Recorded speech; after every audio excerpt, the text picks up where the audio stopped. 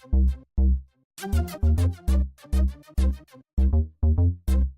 guys, Victor here, and if you guys follow me on Instagram or on Twitter, you guys know that I am participating in the Best Picture Showcase here at my local AMC. And for those of you guys who don't know, it's basically where AMC shows all the pictures that are being nominated for Best Picture. You have the two options basically, either doing it 2 days or just doing all movies in one day. And I've always been curious about doing it in one day, but now that I think about it, it's probably not the best route to go just because it's overwhelming, especially this year when there's 9 films. So I usually participate in the 2 day one where one Saturday I'll watch 4 movies, and in this case, the second day I'll watch 5 movies. And this is my third year doing it, guys, and I gotta say I've been enjoying it every single time a little bit more.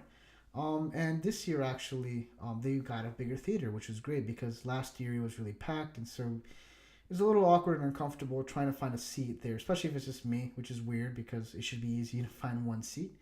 But anyways, I'm rambling a little bit here, and I just want to, I guess, share my opinions on my experience the first day and on the movies that I've seen and see whether or not my views have changed because this is the first year where I've seen a majority of the films that are in the Best Picture nomination. Now, last year, I believe the only movie that I saw beforehand was Mad Max Fury Road, and I honestly didn't think that would be nominated at all for Best Picture, so that was a surprise for me. And the year before that, I didn't see any of them, so I was going in with a blank slate, going in with a relatively blank slate last year, but this year, it's a different experience because I've seen all these movies, or a majority of these movies, at least once. A couple of them I've seen twice, actually.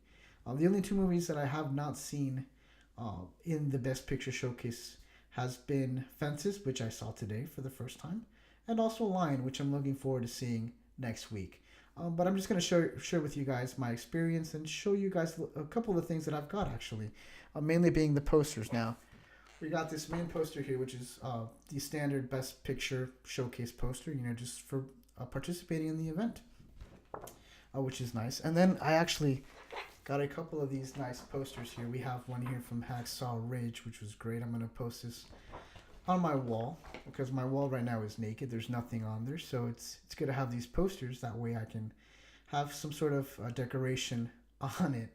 And then this wasn't nominated for Best Picture, but it's still a pretty nice poster.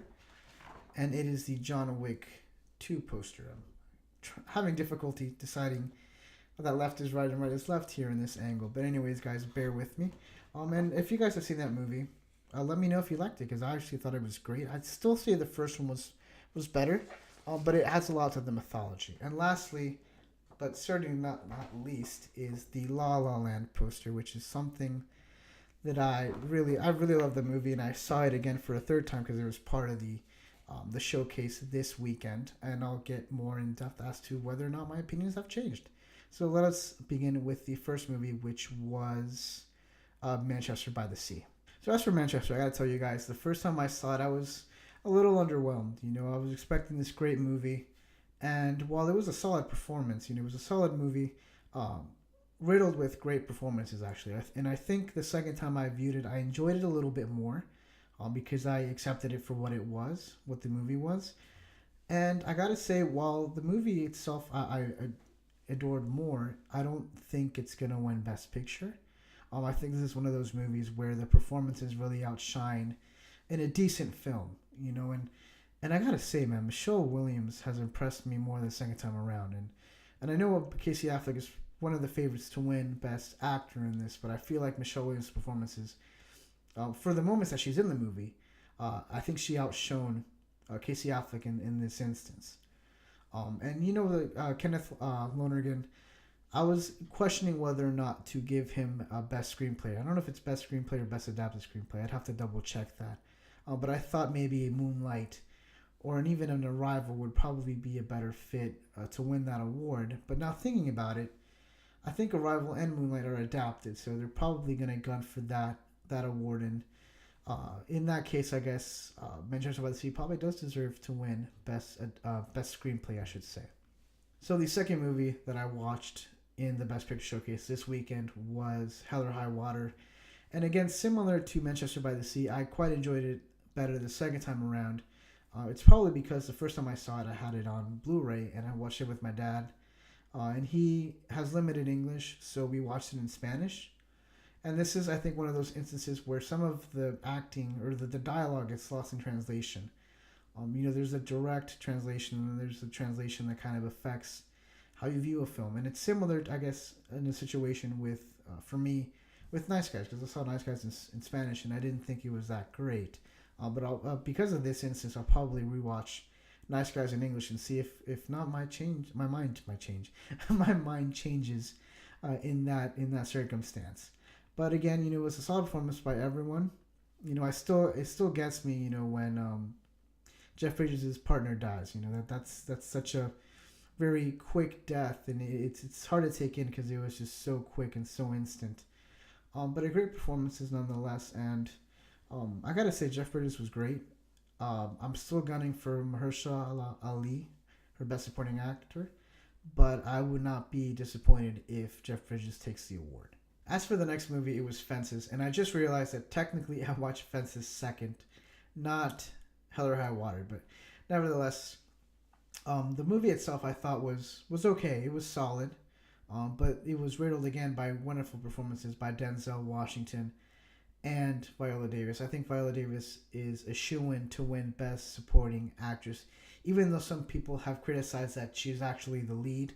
I think you can make an argument that she's supporting, but I think it's kind of like a grayish area, if you will. But I think she's gonna win Best Supporting Actress nevertheless. As for Denzel, I'm debating this really really hardly actually, because Casey Affleck was the one to beat, but ever since then I think the momentum has shifted, and Denzel has been getting more momentum and more acknowledgement for his performance in this movie, so much to the point where I might think he actually could win this year. As for the last movie, and it was interesting actually because most of these movies, we started off with a very depressing movie in Manchester by the Sea, and luckily we topped it off with I'll say aspiring movie in La La Land. And I know a lot of people have been kind of backlashing on this movie. I still think it's great. This is the third time I've seen it, and damn you, La La Land, I finally surpassed the temptation to hear the soundtrack in my car, listen to it.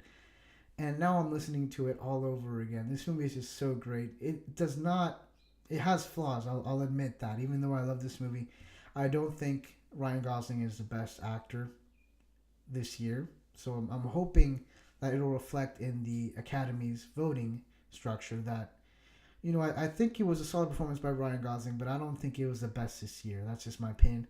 Emma Stone, I'm still a little undecisive about. Because the first time I saw this, I was like, she was great, but I don't know if she's going to win Best Actress. But then after seeing it a couple of times, this is her charisma. I mean, Emma Stone, every time she's on screen, you just can't help but smile. At least for me, I'll admit I have a big crush on Emma Stone. Ever since Easy A, I believe. Oh, I've loved her so much. And I'm hoping, they've been nominated for 14 awards. I don't think they'll win all of them. I don't think they'll match the record, which I believe is held by Lord of the Rings, Titanic, and is it Singing in the Rain? There's another movie. There's 3 movies that have the title, and I can't remember what the third movie was. But I don't think it's going to win all the awards. I'd say out of the 14, it may win maybe 8 or 9. That's my bet. But I think this is the one to win Best Picture. I'll say that at least. Just because I've enjoyed it so much. The rewatchability is amazing. A lot of these movies I probably won't rewatch, but La La Land will definitely be one of those that I'll rewatch. I may rewatch Arrival as well. I'm actually looking forward to seeing Arrival next weekend. And I bought it on 4K, so I'm probably going to see it today, actually. Because that movie's just so damn good, guys. If you haven't seen Arrival, definitely check it out. But again, La La Land was the last one, and I gotta say, I've my love for it has not increased because I think it's at its max right now. So let's put it that way. And again, like I said, this is my little vlog here for you guys. A lot of the videos that I've done have been reviews, and I hope that this gives you a little insight into what I do for fun, I guess, which I guess is watch movies. Who knew? Anyways, that's it for this video, guys. If you like this video, please give it a thumbs up. Let me know what you guys think. What are your thoughts on the 4 movies that I've seen today? That is Manchester by the Sea, Fences, Hell or High Water, and La La Land. Let me know what you guys feel about those movies, what you guys think what awards do you guys think those movies will win, if any? And leave that in the comment section down below. Peace out, guys, and I'll see you next week.